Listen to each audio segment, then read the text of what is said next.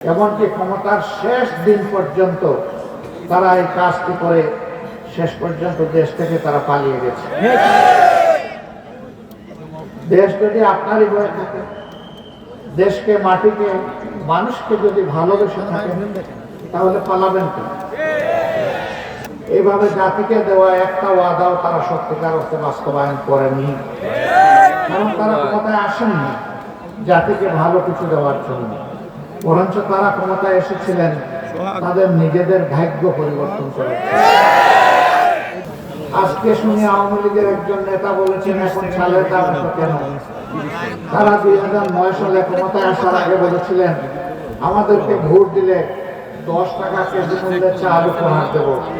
তারা কি তাদের পুরো সময় 15 বছর, 15.5 বছর 10 টাকা কেজিতে মানুষকে চাল দিতে পেরেছিল? আমি জাস্ট একটা উদাহরণ দিলাম। এইভাবে জাতিকে দেওয়া একটা ওয়াদাও তারা সত্যিকার অর্থে বাস্তবায়ন করেনি।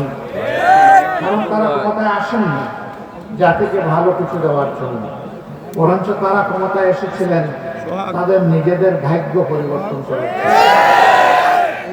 আপনাদের এখানেও তাদের অনেক নেতা ছিলেন, আপনারা তাদেরকে দেখেছেন তারা মানুষের সাথে কেমন আচরণ করেছেন। তারা এমপি হওয়ার আগে, নেতা হওয়ার আগে, মন্ত্রী হওয়ার আগে, তারা সচিব হওয়ার আগে কেমন ছিলেন, তাদের সহায় সম্পত্তি কেমন ছিল, আর 15 বছরে তারা কেমন মোটা তাজা হয়েছিলেন তা এটি শুধু মাগুরায় না, এর চিত্র ছিল সারা বাংলাদেশ। তারা বলতে, কেউ কেউ বলতে যে এই দেশ থেকে আমার পাওয়ার কিছু নেই, আমার সব কিছু আমি হারিয়েছি, এখন এই দেশকে শুধু দেওয়ার পালা। হ্যাঁ, তারা দিয়েছেন, ছুপ ছুপ রক্ত আর খাড়ে খাড়ে লাশ হতে হয়।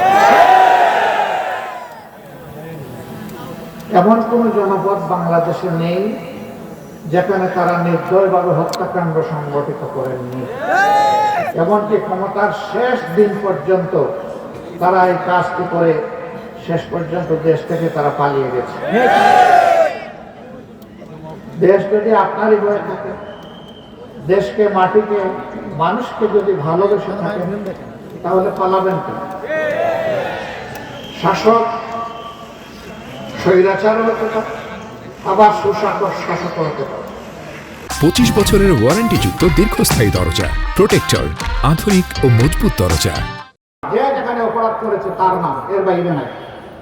তিনি যেই হন না কেন তার নাম বাদ দেওয়া হয়, কারো মুখের দিকে তাকানো হয়। আবার বাণিজ্যেরও কোনো ইচ্ছা আমাদের ছিল না। যারা বিভিন্নভাবে আমাদেরকে অর্থনৈতিকভাবে শোষণ করেছে, লুণ্ঠন করেছে, এখন তাদের কাবুতে ফেলে এখান থেকে কিছু উদ্ধার করি, এটা আমাদের উদ্দেশ্য। কারণ আল্লাহ রিজেকের মালিক, আমার রিজেক কেউ কেড়ে নিতে পারে নাই, পারবেও না। যারা নিয়েছে তারা চোখ, হয় আমি দুনিয়ায় পাবো, না হয় আখেরাতে আমি আমার সম্পদ ফেরত পাবো ইনশাআল্লাহ। আমার সম্মানিত ভাইরা, সেই স্বপ্নের মানবিক বাংলাদেশকে আমরা গড়তে চাই। আপনারা কি এই দেশ গড়ার কাজে আরেকবার শপথ নিতে পারবেন? ইনশাআল্লাহ।